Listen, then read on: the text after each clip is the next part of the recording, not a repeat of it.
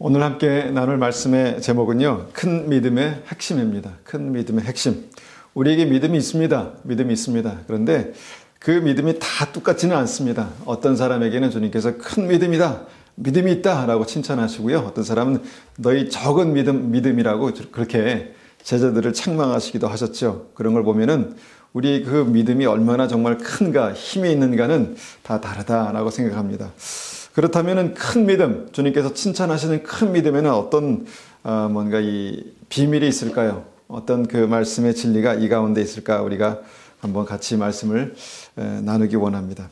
여러분, 믿음이 있으면요, 큰 믿음이 있으면요, 병이 낫습니다. 우리가 성경을 통해서 많이 보죠. 하나님께서 그 병을 치유하시고 주님께서 병을 치유하시는 놀라운 역사가 믿음을 통해서 나타납니다. 믿음으로 문제가 해결됩니다. 많은 이스라엘 백성들이 전쟁의 어떤 큰 위기에 봉착했을 때 정말 그 믿음으로 주님 앞에 나아가고 기도했을 때 하나님께서 그 전쟁을 이기게 하시는, 그리고 전쟁과 같은 큰 문제도 이기게 하시는 그런 은혜를 우리가 경험하게 됩니다. 믿음이 있으면 형통하게 됩니다. 하나님께서 믿음의 사람들을 형통케 하십니다. 하나님께서 함께 하시니 그가 형통케 되었더라라는 그런 믿음의 고백이 요셉의 삶 가운데 있었죠. 형통케 됩니다. 그리고 가장 중요한 것은 무엇입니까? 믿음으로 구원받습니다. 우리에게 믿음이 없으면 정말 아무것도 아닙니다. 믿음으로 우리의 구원, 영생이 확실히 정말 이루어지기 때문입니다. 그러면 우리가 그 믿음이 무엇인가, 그 믿음이 무엇인가 우리가 한번 생각해 봅니다. 특별히, 죄송합니다. 강력하고 큰 믿음이 무엇인가, 강력하고 큰 믿음이 무엇인가 우리가 이제 생각해 보기 원합니다. 큰 믿음이 무엇인가요? 우리 믿음을 통해서 하나님께서 강력하게 역사하신다, 이것 아니겠습니까? 하나님께서 나의 삶 가운데 역사하신다, 이것 아니겠습니까? 나의 병, 또 나의 문제, 나의 삶의 미래, 이 모든 것들이 하나님께서 역사하시는 놀라운 은혜가 나타난다라고 그렇게 고백하고 또 경험하는 것이 믿음입니다. 그런데 이 믿음에 대해서 우리가 알고는 있습니다. 뭔지 알고 있습니다. 그런데 문제는 그런 믿음을 알고 있는데도 불구하고 우리의 삶이 그 믿음에서 점점 더 멀어져 가고 있다는 것입니다. 우리의 믿음이 점점 그 삶에서 멀어져 갈 수 있다는 것입니다. 왜 그럴까요? 믿음이 너무 추상적이기 때문입니다. 믿음이 너무 추상적이고요. 이론적으로 우리가 믿음에 대해서 알고 있지만 그 믿음이 실제가 되지 못하는 그런 일들이 있기 때문입니다. 어떻게 우리가 그 믿음을 구체적으로 우리의 삶 가운데 적용해야 될지, 어떻게 그 믿음으로 우리가 승리하고 그 믿음으로 기적을 경험하고 그 믿음으로 하나님의 나라를 경험하고 하나님의 구원을 경험하는지, 그 실제를 많은 사람들이 잃어버리고 있다라는 생각을 하게 됩니다. 왜 그럴까요? 그 믿음이 나의 삶에 구체화되지 못하고 있기 때문입니다. 머리는 알지만 그 실제가 우리 삶 가운데 적용되지 못하고 있기 때문에 나의 삶의 믿음의 역사들을 경험하지 못하는 어떤 그런 일들이 나타나게 되는 것이죠. 그렇다면 우리가 이 믿음을 진단하기 위해서 하나님의 말씀을 우리가 살펴볼 필요가 있습니다. 정말 믿음이 실제가 되는 삶, 믿음이 정말 실제가 된다고 주님께서 칭찬하시는 삶에는 어떠한 은혜, 어떠한 역사가 있는가 우리가 한번 말씀을 보겠습니다. 누가복음 7장 1절입니다. 누가복음 7장 1절.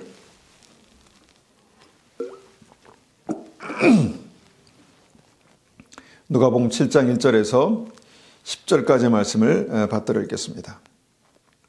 제가 이걸 쉬운 성경으로 한번 읽어보겠습니다. 예수님께서 이 모든 말씀을 백성들에게 하신 후 가버나움으로 가셨습니다. 어떤 백부장이 소중히 여기는 종이 있었는데 병들어 죽게 되었습니다. 백부장은 예수님에 관한 소문을 듣고 몇몇 유대의 장로들을 예수님께 보내어 자기의 종을 고쳐달라고 부탁하였습니다. 그들은 예수님께 와서 간청하였습니다. 이 사람은 선생님께서 부탁을 들어줘도 될 만한 사람입니다. 5절입니다. 이 사람은 우리 민족을 사랑합니다. 그는 우리에게 회당을 지어주었습니다. 예수님께서 그들과 함께 가셨습니다. 예수님께서 백부장의 집 가까이 이르렀을 때 백부장이 친구들을 보내 예수님께 말하였습니다. 주님, 수고하실 필요 없습니다. 저는 선생님을 집에 모실 만한 자격이 없습니다. 그래서 제가 주님께 나올 자격도 없다고 생각했습니다. 말씀만 하십시오. 그러면 제 종이 나을 것입니다. 저도 다른 사람 아래 있고 제 밑에도 부하들이 있습니다. 제가 이 사람더러 가라 하면 가고 저 사람더러 오라 하면 옵니다.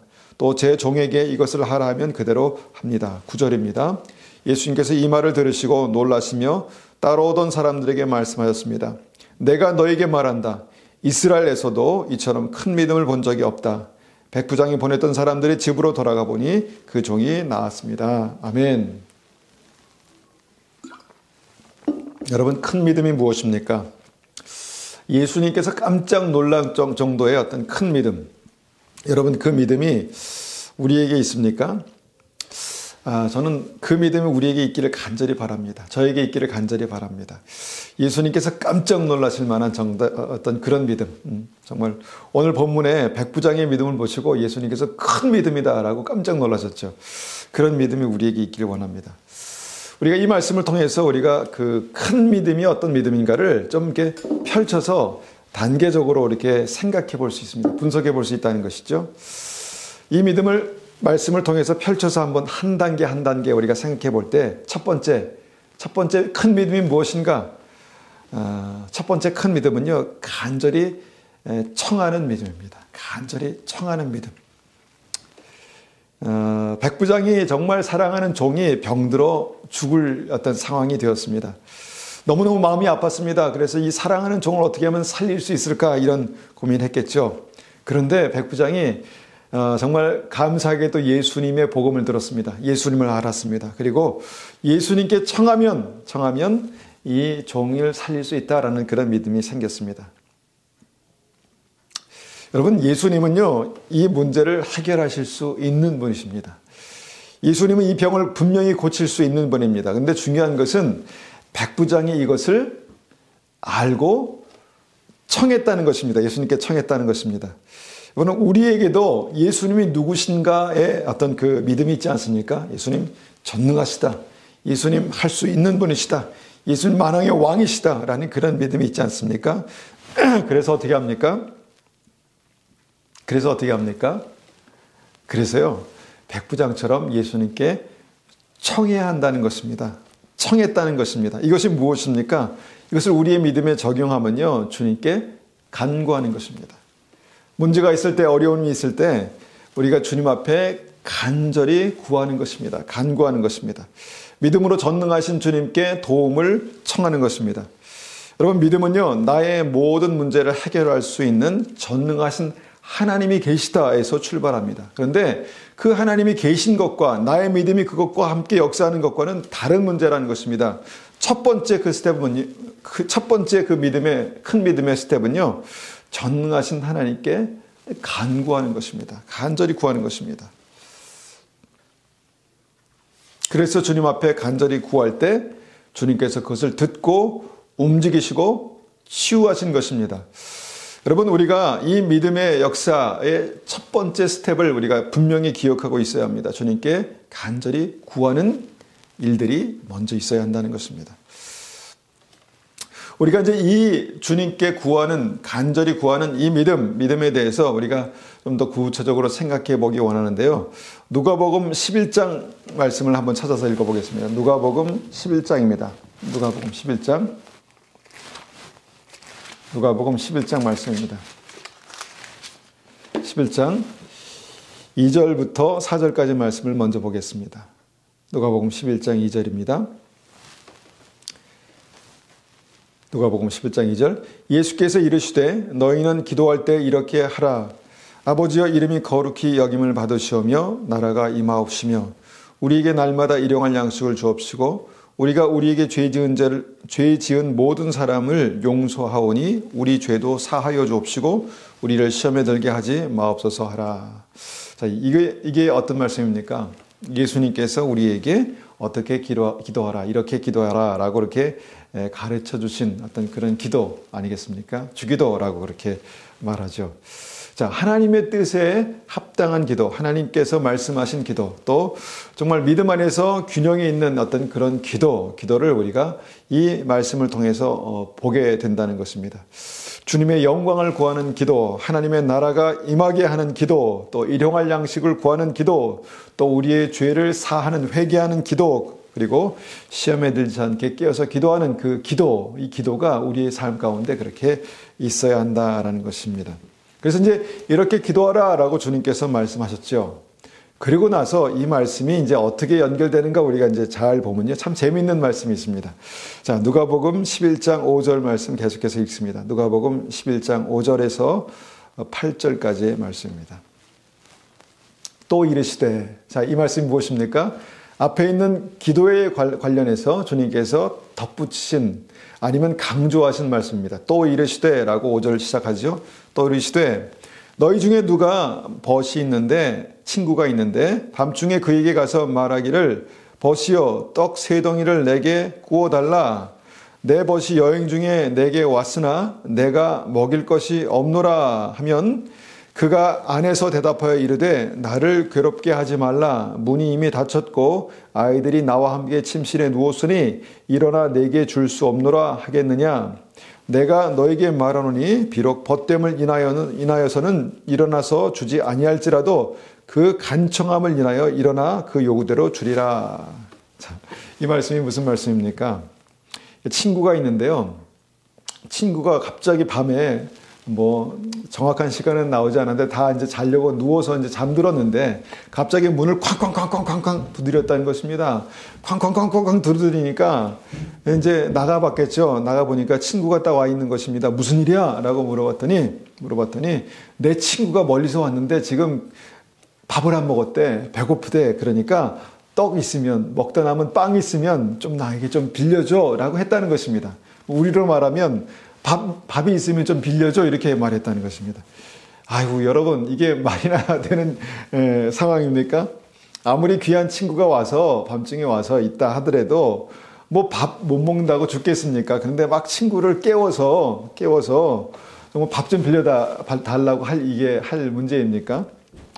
근데 왜 주님께서 이런 예를 드셨을까라는 생각을 해보는데 여기에 핵심이 있습니다. 핵심 무엇입니까? 비록 친구이기 때문에 이렇게 요청한 사람이 친구이기 때문에 일어나서 주지 않을지라도 그 간청함을 인하여서 그 요구대로 주리라라고 말씀하십니다. 핵심은 무엇입니까? 친구가 간청하면 그 상황이나 모든 것을 봤을 때 안 들어줄 수도 있지만 간청하기 때문에 내가 들어주겠다라는 그런 말씀을 이 말씀에서 하시는 것입니다. 그러니까 이 말씀의 핵심은 뭐냐면 간청함입니다. 간청함. 그러니까 친구가 정말 말도 안 되는 상황에서 그냥 하루 지나서 다음날 아침에 쌀 좀 빌려달라고 그렇게 하면 빌려줄 수 있지만 밤에 자고 있는데 막 깨워서 쌀 좀 달라면 아니면 밥을 좀 달라면 여러분 주겠습니까?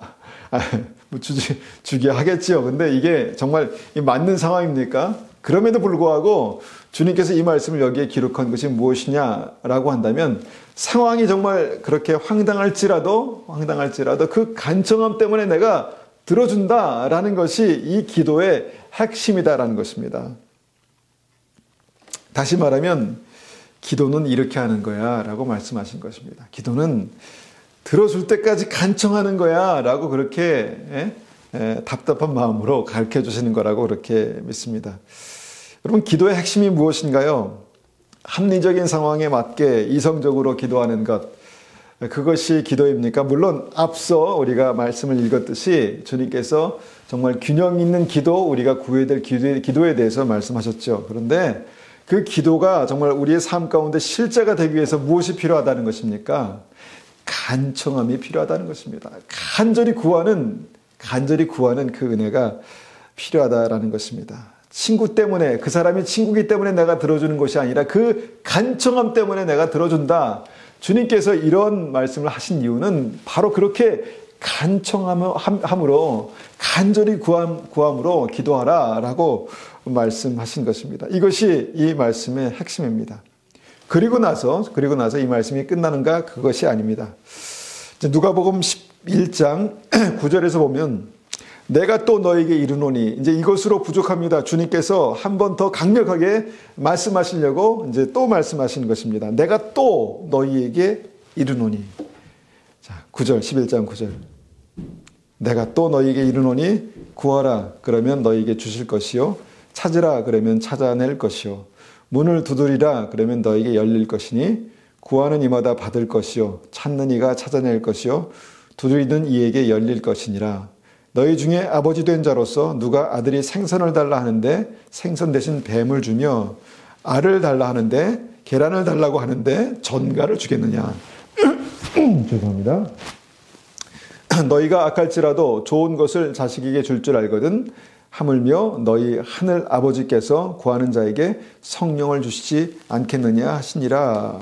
여러분, 이 말씀을 여러분 잘 들으셔야 합니다. 우리가 이제 문자적으로만 그렇게 이제 점잖게 읽는 문제가, 읽으면 이해하면 되는 문제가 아니라요.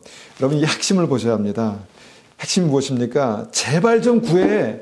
제발 좀 구해라. 내가 줄게. 라고 말씀하신 것입니다. 제발 좀 찾아라. 찾아라. 그러면 내가 찾게 해줄게. 제발 두드려라. 제발 두드려라. 그러면 내가 열어줄게. 라고 말씀하는 것입니다. 주님께서 우리에게 간절히 내가 또 너에게 말한다. 간청하는 기도가 무엇인지 아느냐? 구하라. 찾아라. 두드려라. 그러면 너에게 줄 것이다. 찾게 하실 것이다. 열어줄 것이다. 라고 말씀하는 것입니다. 그러면서 주님께서 말씀하시죠. 부족한 부모라도 자식에게 좋은 것을 주려 하지 않느냐? 그렇죠. 그렇죠. 부모가 아무리 부족해도요, 자식에게 좋은 것을 주고 싶어 합니다. 그런데 하물며 하늘에 계신 너희 아버지가 너에게 안 주시겠느냐? 하늘에 계신 아버지가 너에게 그렇게 간청하는 기도를 듣지 않으냐 하시겠느냐? 라고 그렇게 물어보시는 것입니다. 반문하시는 것이죠. 너희가 기도할 때 하나님께서 들으신다. 너희가 기도할 때 하나님께서 역사하신다. 그리고 무엇입니까? 너희가 기도할 때 모든 능력과 형통과 기름 부으심의 핵심, 가장 좋은 선물, 나의 영 성령을 내가 너에게 보내겠다라고 그렇게 말씀하신 것입니다. 성령께서 우리와 함께 역사하시면요, 강력한 역사, 강력한 능력, 강력한 지혜, 또 강력한 하나님의 일들이 나타나게 된다는 것입니다. 여러분, 이 비밀을 기도하는 사람만 알 수 있습니다. 그래서 무엇입니까? 이 복음을 들은 사람이 기도한다는 것입니다. 이 복음을 들은 사람이, 깨달은 사람이 기도한다는 것이죠. 그리고 기도할 때 믿음은 반드시 역사한다라는 것입니다. 여러분, 예수님께서 이 백부장을 통해서요, 그 종의 문제를 해결하는 큰 믿음을 보셨다는 것이 바로 이것입니다. 주님께 간절히 구했다는 것입니다. 주님께 도와주십시오라고 그렇게 구했다는 것입니다. 여러분, 그 믿음이 있어서 주님께 요청했다는 것, 기도했다는 것, 그것이 큰 믿음의 시작인 것을 여러분 아셔야 합니다. 여러분, 나의 삶에도 많은 문제들이 있습니다. 그래서 어떻게 하십니까? 우리에게 믿음이 있어서 그냥 하나님께서 알아서 하시겠지. 하나님께서 좋은 뜻을 이루시겠지. 하나님께서 계획하신 올바른 대로, 그렇게 계획하신 대로 그렇게 만들어 가시겠지라고 그렇게 생각하면서 믿으면서 아무것도 하지 않는 것입니까? 아닙니다. 여러분, 믿음과 삶은 그렇게 그냥 별개의 문제가 아니라는 것이죠. 내가 믿음이 있으면 반드시 삶 속에서 뭔가가 나타나는데 그 뭔가가 뭡니까? 그냥 혼자서 해보려고 발부동 치는 것이 아니라 믿음은 하나님께 간절히 구하는 것이다 라고 말씀하십니다. 믿음은 하나님께 간절히 구하는 것이다. 간절히 청하는 것이다. 그렇게 말씀하시죠. 나의 삶에 재정의 문제가 있습니까? 간절히 구하십시오. 나의 삶의 미래에 암울한 어떤 문제가 있습니까? 그러면 간절히 구하십시오. 현재 내가 가장 고민하고 있는 그 문제를 해결할 수 있는 분은 오직 우리 주님 한 분이십니다. 우리 주님께서 해결하십니다. 우리가 믿음으로 주님 앞에 나아가 도움을 구하면, 청하면 주님께서 들으십니다. 이것이 간청하는 믿음, 좀 더 세게 말하면 강청하는 믿음, 큰 믿음입니다. 여러분, 그 믿음이 있으면요, 반드시 주님께 요청하게 됩니다. 언제까지요? 들으실 때까지, 응답 주실 때까지, 역사하실 때까지 그렇게 기도하게 되죠. 이것이 큰 믿음의 첫 번째 스텝이다. 첫 번째 정말 스텝이다라고 말씀드릴 수 있습니다. 내게 믿음이 있으면요, 기도하지만 내게 믿음이 없으면 기도하지 않습니다. 다시 말하면 기도하지 않는 것은 믿음이 없는 것입니다. 기도하지 않는다는 것은 현재 내게 믿음이 없다라는 그 증거입니다. 여러분, 기도가 나의 믿음이 행위로 나타나는, 나의 믿음이 행동으로 나타나는 첫 번째 스텝입니다. 그래서 행함이 없는 믿음은 죽은 믿음이다라고 말씀하신 걸 여러분 기억하시죠? 여러분, 내 믿음이 행위로 나타나는, 내 믿음이 삶으로 나타나는 그 첫 번째 스텝이 바로 기도다라는 것입니다. 주님 앞에 무릎 꿇는 시간, 주님께서 기도를 들으시는 그 시간을 정하고 주님 앞에 믿음으로 나아가 간절히 구하는 그 기도가 우리 삶 가운데 반드시 있어야 합니다. 나는 문제가 있을 때 하나님께 기도로 강청하는 사람입니까? 아니면 혼자 그 문제를 해결하려고 끙끙대는 사람입니까? 여기서 믿음과 믿음이 아닌 것이 그렇게 구분됩니다. 갈라집니다. 이것이 큰 믿음의 첫 번째 단계입니다. 다음으로 큰 믿음의 두 번째 단계가 있습니다. 예수님께 종의 죽을 병을 고쳐달라고 청한 백부장의 큰 믿음을 보면은 두 번째 믿음의 아주 중요한 어떤 핵심을 보게 되는데요. 그 핵심이 무엇입니까? 백부장이 이렇게 고백하죠. 나는 주님을 만날 자격이 없습니다. 주님을 내 집에 초청할 자격이 없습니다. 그리고 주님께서 왔을 때는 내가 주님을 그렇게 뵐 수 있는 자격이 없습니다. 이렇게 이제 말합니다. 어떻게 보면 우리가 믿음 안에서 이런 상황들을 잘 이해하기 어렵습니다. 그런데 이런 상황에 대해서 우리가 그 백부장의 중심에 어떤 태도가, 어떤 마음이 있었는가를 우리가 볼 수 있어야 합니다. 자, 예수님이 자기 집에 오시는 것을 도저히 감당할 수 없습니다. 예수님을 직접 뵙는 것을 도저히 감당할 수 없습니다. 어떤 믿음입니까? 어떤 믿음입니까? 백부장의 마음 중심에 겸손히 낮아진 믿음을 보게 됩니다. 겸손한 믿음, 낮아진 믿음. 여러분, 사람의 아들 중에 가장 큰 선지자라고 그렇게 칭찬을 받은 예수님 칭찬하신 세례 요한은 어떤 믿음이 있는 사람이었을까요? 세례 요한은 어떤 믿음이 있었습니까? 세례 요한이 예수님과 자기의 관계를 설명한 말씀이 있습니다. 자, 그것이 무엇입니까?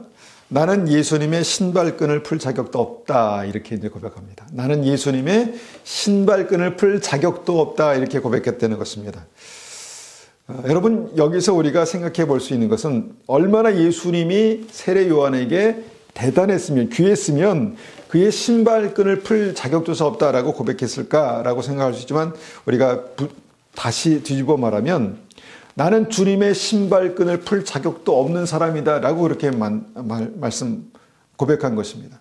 그러니까 주님을 대면하고 만났을 때 나는 주님의 신발끈을 풀 자격도 없다라고 고백한 것입니다. 다시 말하면 세례 요한의 믿음의 중심에는요, 겸손함이 있었다는 것입니다. 하나님 앞에 겸손함, 예수님 앞에 겸손함, 예수님 앞에 그 겸손함이 있었다는 것입니다.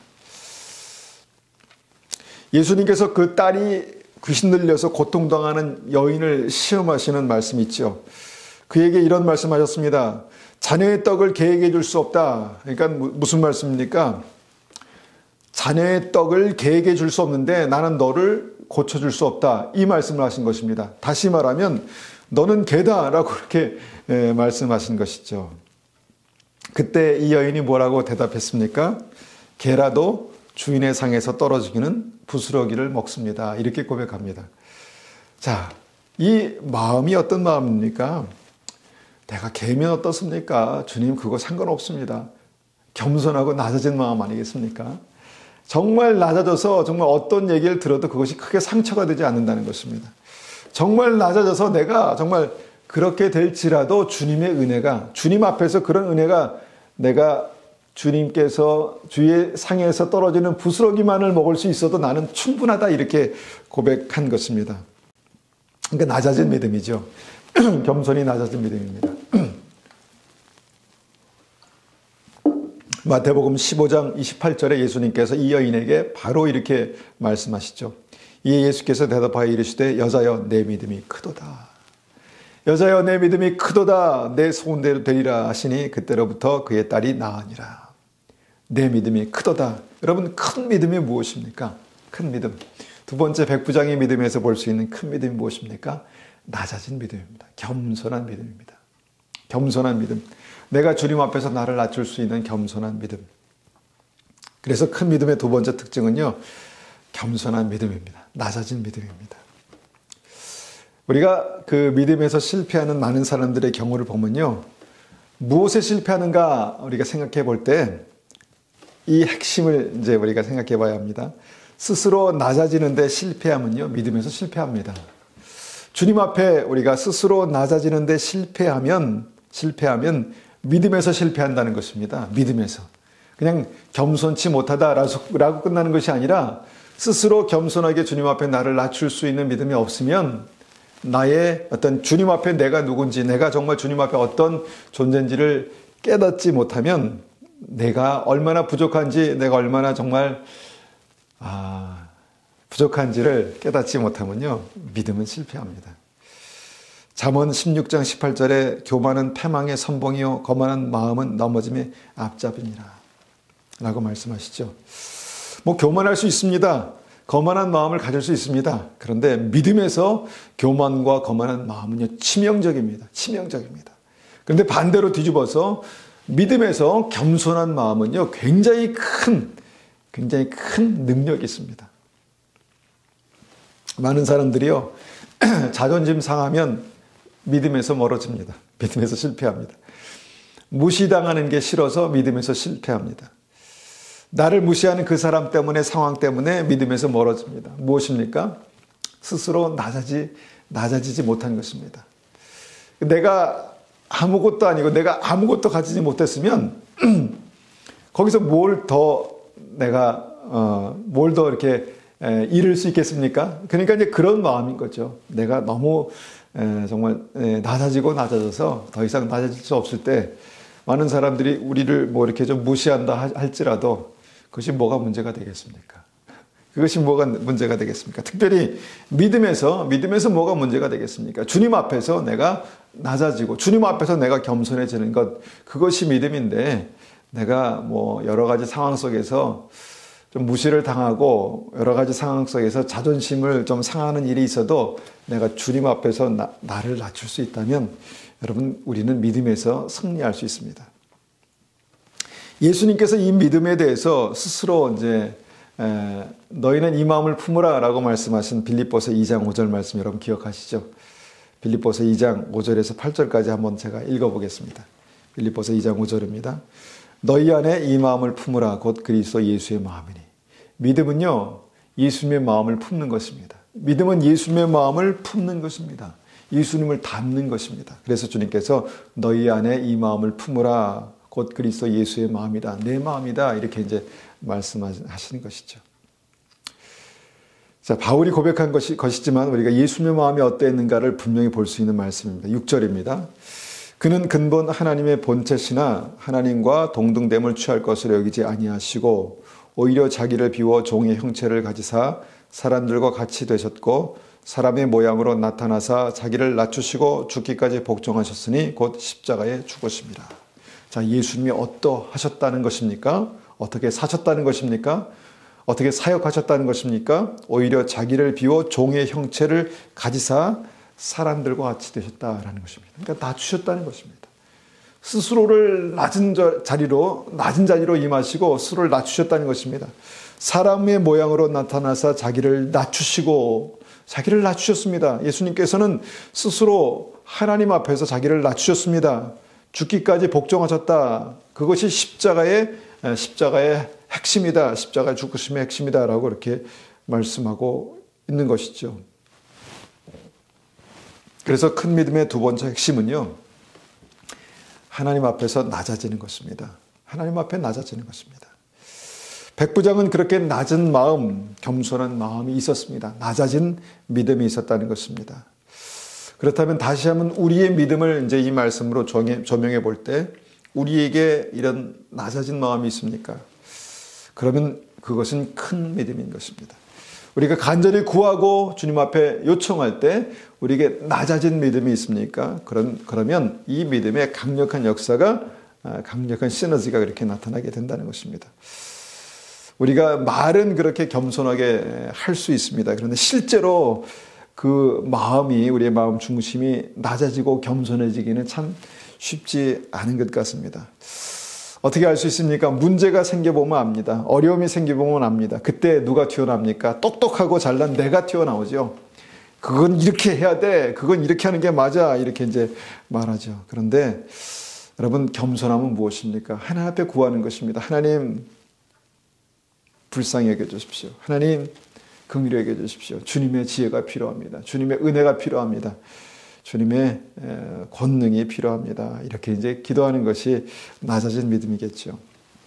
여러분, 베드로가 미성숙했을 때, 그러니까 베드로의 믿음이 있었지만 완전치 않았을 때 어떤 말을 했는지 기억하시죠? 그러니까 주는 그리스도시요 살아계신 하나님의 아들입니다 라고 고백하고 나서, 야, 너 믿음 대단하다. 내가 내 위에 믿음을, 교회를 세우겠다. 이렇게 말하신 다음에, 그런 다음에 무슨 일이 일어났습니까? 사단이 바로 역사했습니다. 사단이 역사. 주님 십자가를 지시면 안 됩니다. 주님 돌아가시면 안 됩니다. 이렇게 말했는데 그것이 무엇인가? 그것이 바로 사단의 역사라는 것을 주님께서 말씀하셨습니다. 그리고 베드로에게 말씀하셨죠. 사단아, 내 뒤로 물러가라. 너는 나를 넘어지게 하는 자로다. 라고 그렇게 말씀하셨죠. 여러분, 왜 사단이 역사합니까? 왜 사단이 역사합니까? 예수님의 칭찬에 베드로의 마음이 높아졌기 때문입니다. 그러니까 성숙지 못한 믿음은 금방 높아집니다. 성숙지 못한 믿음은 금방 고개를 쳐듭니다. 그런데 그때 사단이 역사한다는 것입니다. 그러나 성숙한 믿음은 무엇입니까? 성숙한 믿음은 겸손합니다. 성숙한 믿음은 겸손합니다. 주님께서 말씀하실 때, 아, 그렇습니까? 주님, 그러면 제가 주님 어떻게 살아야 되겠습니까? 라고 그렇게 물어봤겠죠. 그렇게 주님께 여쭤봤겠죠. 이것이 성숙한 믿음이다라는 것입니다. 그래서 겸손한 믿음이 두 번째 큰 믿음의 가장 중요한 핵심이다라는 것입니다. 자, 그러면 세 번째가 무엇일까? 세 번째는 백부장의 고백에서 또한 볼 수 있는데요. 백부장이 고백하죠. 나는 주님을 만날 자격이 없습니다. 무슨 얘기를 합니까? 나는 주님을 만날 자격이 없습니다. 다시 뒤집어서 보면 내게 주님은 너무나도 존귀하신 분이십니다. 라고 고백하는 것입니다. 내게 주님은 너무나도 엄청나신 분이십니다. 내게 주님은 너무도 위대하고 크신 분이십니다. 라는 그런 고백이 있었다는 것입니다. 백부장이 늘 모든 사람에게 이런 나는 자격이 없습니다. 이렇게 했겠습니까? 아닙니다. 백부장 100명을 통솔하는 그 군대의 장이 왜 그런 생각을 아무 때나 그렇게 갖겠습니까? 그 자기의 부하들에게 자, 일로 와서 이거 해! 라고 그렇게 명령하고 다 모여!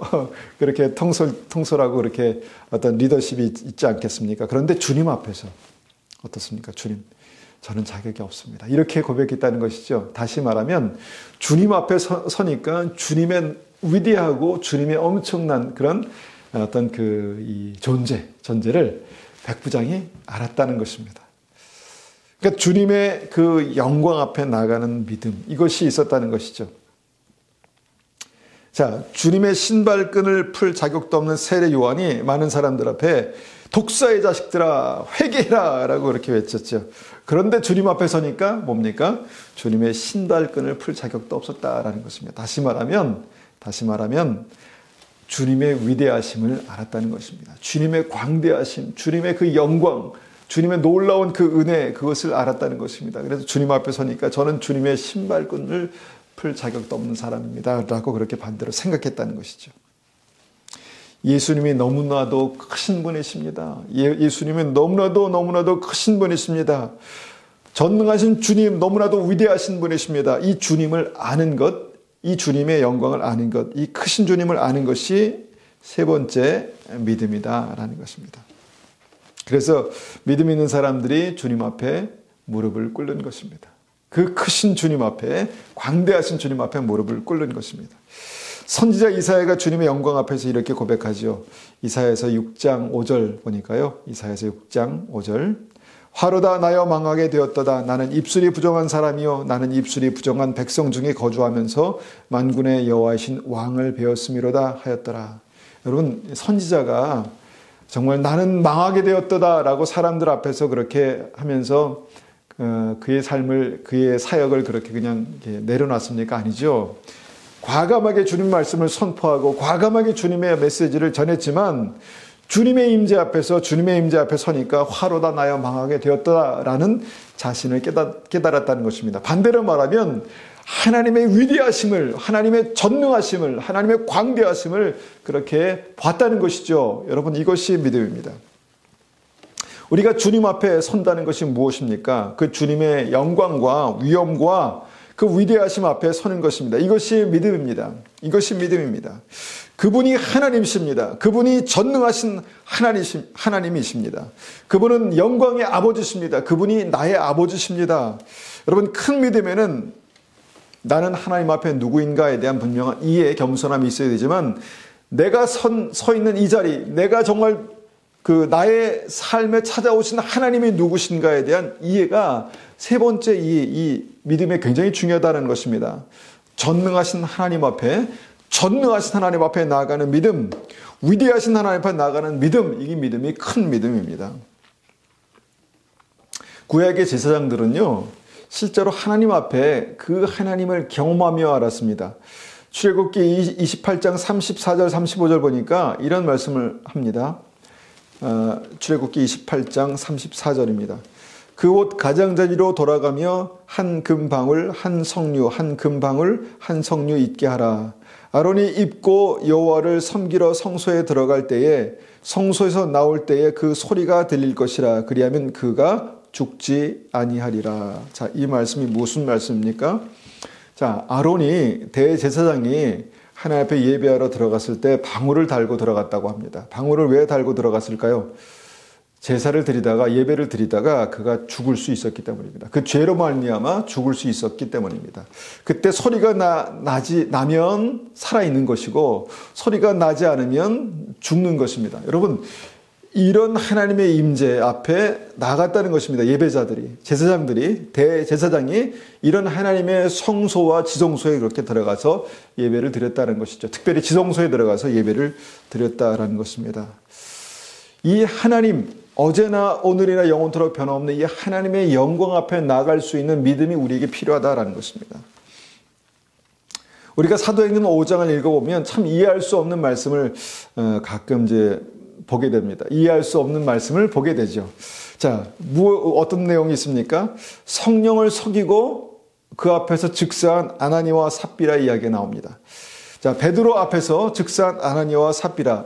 핵심은 성령을 속이고 정말 그 죄가로 말미암아 즉사했다라는 것입니다. 이 말씀 보면서 이게 뭐 그냥 어떤 말씀인가?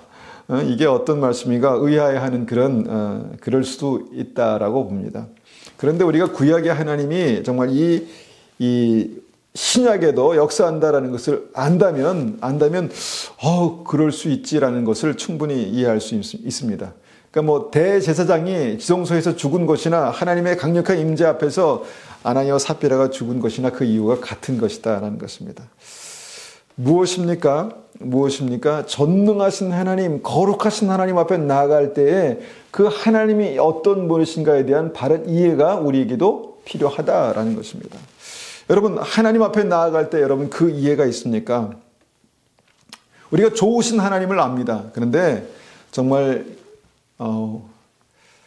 두려우신 하나님은 모릅니다. 그렇지 않습니까? 이 시대가 좋으신 하나님은 아는데 예수님께서 하나님을 두려워라 라고 말씀하시는 그 말씀들, 신약에 많이 나와 있는 그 말씀들을 잘 이해하지 못합니다. 왜 두려워합니까? 우리가 죄를 가지고 주님 앞에 나아갈 때는 두려운 것입니다. 그러니까 우리가 이제 하나님의 어떤 그 존재, 하나님의 임재가 어떤 것인가를 아는 믿음, 하나님의 위대하심, 또 하나님의 광대하심, 전능하심, 정말 그 만왕의 왕 되신 하나님 앞에 나아가는 그 믿음이 우리에게 세 번째로 필요하다라는 것입니다. 하나님의 임재는요, 정말 하나님을 경외함으로 서야 하는 믿음의 자리입니다. 물론 우리가 막 두렵고 떨림으로 날마다 이렇게 하지는 않죠. 그런데 우리가 적어도 주님 앞에 예배를 드릴 때에, 주님 앞에 믿음으로 나아갈 때에 겸손함과 하나님을 경외하는 믿음이 같이 필요하다는 것입니다. 그냥 내가 편하게 그냥 뭔가 이 관람하는, 지켜보는 그런 위치에서 예배가 아니라 정말 전능하신 하나님 앞에 믿음으로 나아가는 그 예배자의 마음이 바로 믿음이다. 이 세 번째 우리가 생각해야 될 믿음이다라는 것입니다. 여러분, 예수님께서 오직하시면 십자가에서 그 몸을 찢으시고 열어두신 곳이 지성소 아니겠습니까? 하나님을 만나는 지성소 아니겠습니까? 그런데 우리가 그 하나님 만나는 지성소에 들어갈 때 아무렇게나 그렇게 그냥 들어간다, 이것은 믿음이 아니라는 것이죠. 거기에서 지성소의 문이 열리겠습니까? 그렇지 않습니다. 우리가 주님 앞에 온전한 믿음으로, 겸비한 믿음으로, 겸손한 믿음으로, 경외하는 믿음으로 나아갈 때 지성소의 문이 우리에게도 열리는 것입니다.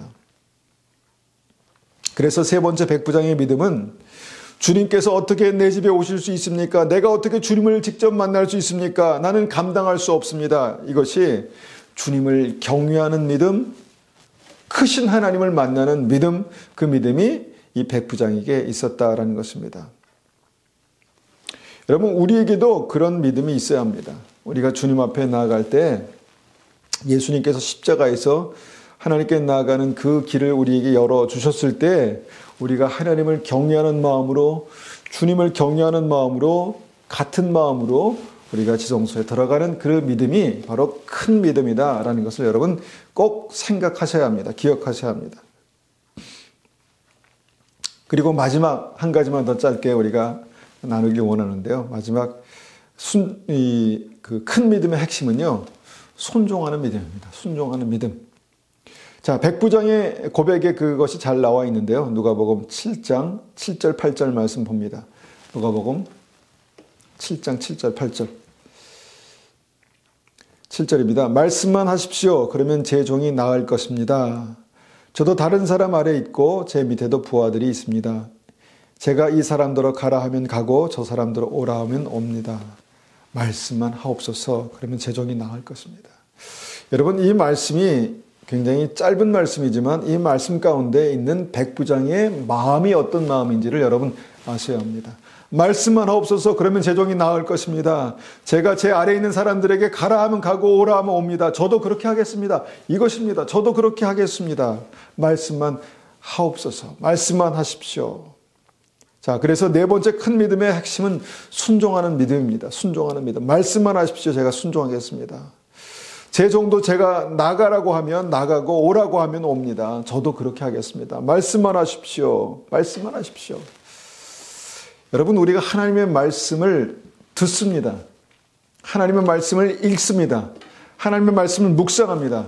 그런데 이 말씀이 그냥 이런 무게가 아니라 그냥 지식으로만 우리의 머릿속에 남아있다면 그것은 믿음이 아닙니다. 바리새인들의 지식일 뿐입니다. 그런데 여러분, 이 말씀이 정말 이 백부장과 같은 그런 무게로 우리의 삶 가운데 온다면 이것은 우리의 삶을 통해서 큰 믿음으로, 강력한 믿음으로 그렇게 역사할 것입니다.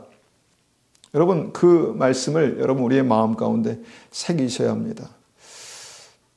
우리가 하나님의 말씀을 믿습니다. 그렇습니까? 우리가 하나님의 말씀을 믿습니까? 그러면 이 고백을 하게 되는 것이죠. 주님, 말씀만 하옵소서. 주님, 말씀만 하옵소서. 그러면 제가 듣겠습니다. 혹시 우리가 이 백부장과 같은 믿음이 우리의 마음 가운데, 우리의 삶 가운데 있을 수만 있다면 주님 말씀만 하옵소서. 그러면 즉시 제 종이 낫겠습니다. 즉시 우리의 삶 가운데 하나님의 능력과 영광이 나타날 것입니다. 즉시 모든 문제가 해결될 것입니다. 라고 그렇게 같이 동일한 믿음이 우리의 마음 가운데 있을 것입니다. 주님 말씀만 하십시오. 제가 순종하겠습니다. 가라고 하면 가고 오라고 하면 오겠습니다. 이것이 백부장의 마음 가운데 있었던 큰 믿음의 네 번째 핵심이었습니다.